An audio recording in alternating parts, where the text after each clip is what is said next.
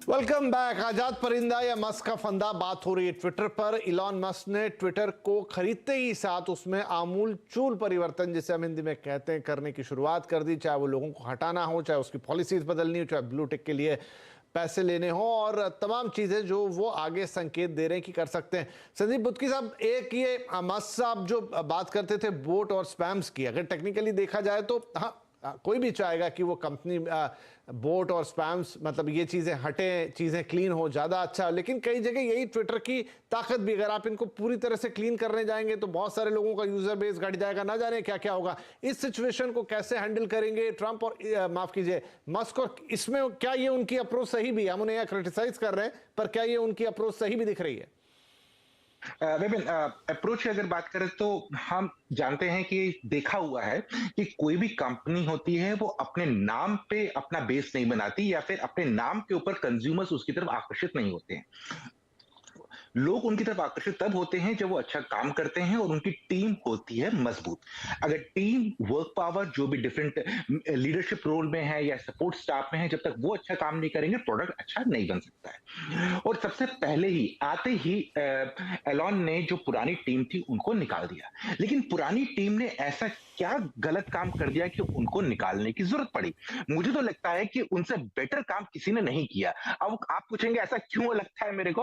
वो सिंपल सी बात है कि एलॉन ने पहले डील दी थी $44 मिलियन की, लेकिन उसके बाद कहते मैं इस डील पे साइन नहीं करूंगा। लेकिन जो उस टाइम पे पराग थे, उनके सीईओ ट्विटर के, और बाकी स्ट्रेटेजी ऑफिसर थे, फाइनेंस ऑफिसर थे, उनने एलॉन को फोर्स कर दिया कि उसी प्राइस पे आप डील क्लोज करोगे, और जो ट्विटर के लिए फायदेमंद डील है। वरना एलॉन तो कहते कि 33 मिलियन तो होना चाहिए, 30 मिलियन तो होना चाहिए, बॉट वॉट ये बहुत है। लेकिन उन मैनेजमेंट ने एलॉन को फोर्स कर दिया। इससे बढ़िया मैनेजमेंट टीम हो ही नहीं सकती थी। अगर इनको लगता है कि वो सब चीजें ठीक करनी है तो एग्जिस्टिंग वर्क फोर्स के साथ, जो उस चीज का पूरा सेटअप जानते हैं, उसके कोड जानते हैं, क्योंकि 13-13 साल, 15-15 साल ट्विटर में दिए हैं, धीरे धीरे करके चेंजेस किए जाएंगे। अगर आप एक साथ चेंज करेंगे, उसे चेंज नहीं कहते हैं, उसे नीजक रिएक्शन कहते हैं। और जो अभी लग रहा है वो नीजक रिएक्शन हो रहा है। और बॉट्स वॉट्स हटाना इतनी आसान बात नहीं है, क्योंकि बॉट्स के लिए बहुत सारे एजेंसीज बैठी हुई हैं, कंपनीज बैठी हैं, और रातों रात में इसको गायब करना बड़ा मुश्किल है। और साथ ही साथ भारत जैसे कंट्री में अगर बात कर लें तो ऐसा नहीं है कि ट्विटर का जो भी वो कदम लेंगे या जो भी चीज इंप्लीमेंट करना चाहेंगे, उनका जो सफर रहेगा आसान रहेगा। क्योंकि भारतीय गवर्नमेंट ने अपनी पॉलिसी सोशल मीडिया को लेके बड़ी क्लियर करके रखी हुई है कि जहां पर हमारे कंज्यूमर्स यानी कि हमारे देशवासियों का नुकसान होगा, या हमारी सरकार या किसी को भी उससे कुछ खतरा लगता है कि वो चीज सही नहीं है हमारे देश के लिए, उस चीज पे पाबंदी लग सकती है। तो बाकी कंट्रीज की अपनी अपनी पॉलिसी है, वो वहां कैसे इंप्लीमेंट करेंगे वो तो देखने वाली बात है।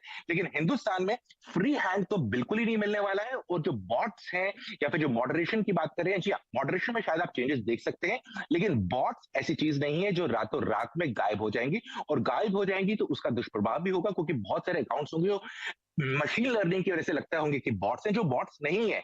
और एक्चुअल यूजर बेस भी डिप्लीट हो सकता है। जी, तो ये काफी अच्छा इंसाइट दिया संदीप ने कि कैसी चीजें हैं और कहां को, किस चीज को आप कैसे देखें और समझे। विनीता, जो संदीप ने एक और पॉइंट बोला कि अब जो भी इलॉन करने जा रहे हैं यहाँ पर, वो कैब भले ही फ्री स्पीच के नाम पे या उसको ज्यादा एक बेहतर और व्यापक जगह बनाने के नाम पर, लेकिन उनका टकराव होगा सीधे सीधे बहुत सारे देशों के नियम और कानूनों से, और शायद इतना आसान ना हो।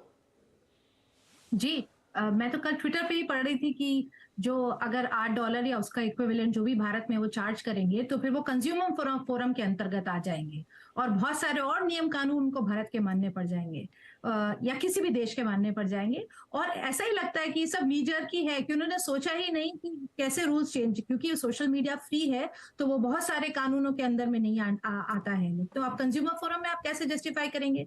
आप कैसे किसी को ब्लू टिक, अगर सरकार ने कह दिया आप इसको नहीं दे सकते, तो आप कैसे जस्टिफाई करेंगे उसको देना?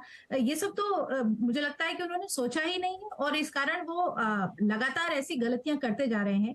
जैसे आज उन्होंने, एक तरफ आप फ्री स्पीच की बात कर रहे हैं कि हम इसको और डेमोक्रेटिक बना रहे हैं, हम क्रिप्टो की तरह बना रहे हैं, वो उसकी बात करते हैं, डॉज कॉइन की बात। दूसरी तरफ अगर आपने देखा होगा पिछले 2-3 दिनों में बहुत सारे पैरोडी अकाउंट्स बन गए थे कि बहुत सारे लोगों ने अपने अकाउंट का नाम इलॉन मस्क रख दिया था, तो अब उन्होंने आज उसको सस्पेंड करना शुरू कर दिया। रोज एक नया रूल ला रहे हैं और लोग बिल्कुल मजाक मजाक उड़ रहा है उनका लगातार ट्विटर पे। और ये अपने आप में ट्विटर के फ्यूचर के लिए या ट्विटर की मेरा ख्याल है अगर अगर ऐसे ही चलता रहा तो बहुत सारे लोग उसको सीरियसली लेना बंद कर देंगे, जो कि अच्छी बात नहीं है। जी बिल्कुल। तो रोहित, यहां से क्या बदलेगा, ट्विटर या इलॉन मस्क? किसी एक को तो बदलना पड़ेगा। देखिए, बदलाव तो करना होगा, और ये जो ब्लू टिक की बात हम कर रहे हैं ये एक बदलाव ही था। जब पैरोडी अकाउंट्स और फेक अकाउंट्स और बॉट्स वगैरह आए थे तो 2009 में इसको लाया गया था। और ये लाया गया था इसलिए क्योंकि कई ऐसे अकाउंट्स थे जो रियल पर्सनालिटीज को उनका फेक अकाउंट्स था और इसके साथ बहुत सारे प्रॉब्लम्स क्रिएट हो रही थी। इसको जस्टिफाई करने के लिए उन्होंने ब्लू टिक लाया कि ये यूजर्स को ऑथेंटिकेट करेगी कि हाँ ये जेन्युइन यूजर्स है। लेकिन उसके बाद अब जब बात कर रहे हैं कि नहीं, हम सभी को ब्लू टिक देंगे, और अभी मैंने ऑथेंटिक नहीं है, मतलब उतना ऑथेंटिसिटी मैं नहीं इस बात की कह सकता हूं, लेकिन मैंने देखा है कि जिस कंट्रीज में ब्लू टिक ये पेड वाला सर्विस स्टार्ट हुआ है वहां पे अपडेट्स आए हैं ट्विटर में, और उस अपडेट के साथ लिखा है कि you can start paying this much of amount and you can start using blue tick. तो ये एक बहुत गलत तरफ जा रहा है, क्योंकि अगर मान लो कोई भी एक सामान्य बंदा है किसी के नाम से और ब्लू टिक लेना चाहेगा और पे कर रहा है, तो ये तो मतलब कहीं ना कहीं इस जो प्लेटफॉर्म है उसको अच्छे बनाने की बात चल रही है, वो कहीं दूसरी तरफ ना लेकर चला जाए। तो बदलाव यहां पे करने होंगे। बदलाव कहीं ना कहीं ट्विटर को अच्छा बनाना है तो एलन मस्क सर को बदलाव करने होंगे, अदरवाइज ये जो प्लेटफॉर्म वो चाहते हैं वो किसी और दिशा में जाता दिख रहा है। हाँ, मुझे याद है उनका एक ट्वीट था कि मैं ये जो आपका मतलब वो ट्विटर को बोल रहे थे कि आपका ये जो स्लेव और लैंडलॉर्ड वाला मतलब वो ब्लू टिक के लिए बोल रहे थे, क्योंकि वो हर किसी को मिलता नहीं, उसकी एक अपनी एल्गोरिदम है, जो भी है कि वो जो सिस्टम के तहत ही मिल पाएगा। डजंट मीन कि आपके इतने फॉलोअर हैं, ये है। लेकिन अब उन्होंने कहा कि नहीं, मैं इसे डेमोक्रेटिक बना दूंगा, बस $8 दे दो और सबका है। ऐसे सोच बुरी नहीं है, लेकिन जिस तरह का ये प्लेटफॉर्म है, जिस तरह की इसकी अप्रोच थी, जिस तरह की रीच थी, और जिसके कारण ट्विटर बना, वो शायद मस्क के जहन में अभी नहीं है। वो कुछ उसको और बदल देना चाहते हैं। अब वो क्या करेंगे इसका, और जो मेरा एक मूल आखिरी सवाल था, किसको बदलते हुए देखेंगे? क्या ट्विटर बदलेगा या इलॉन मस्क साहब को बदलना पड़ेगा?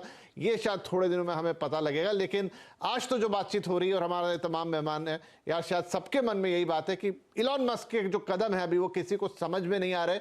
मैं फिर ये लाइन बोलूंगा, हो सकता है हमारा विजन उनके उस विजन को नहीं पकड़ पा रहा है, लेकिन फिर भी आने वाले वक्त में चीजें क्लियर होंगी। कोई भी गलत और कोई भी सही हो सकता है। बहुत शुक्रिया आप तीनों मेहमानों का कार्यक्रम पे शामिल होने के लिए। नमस्कार।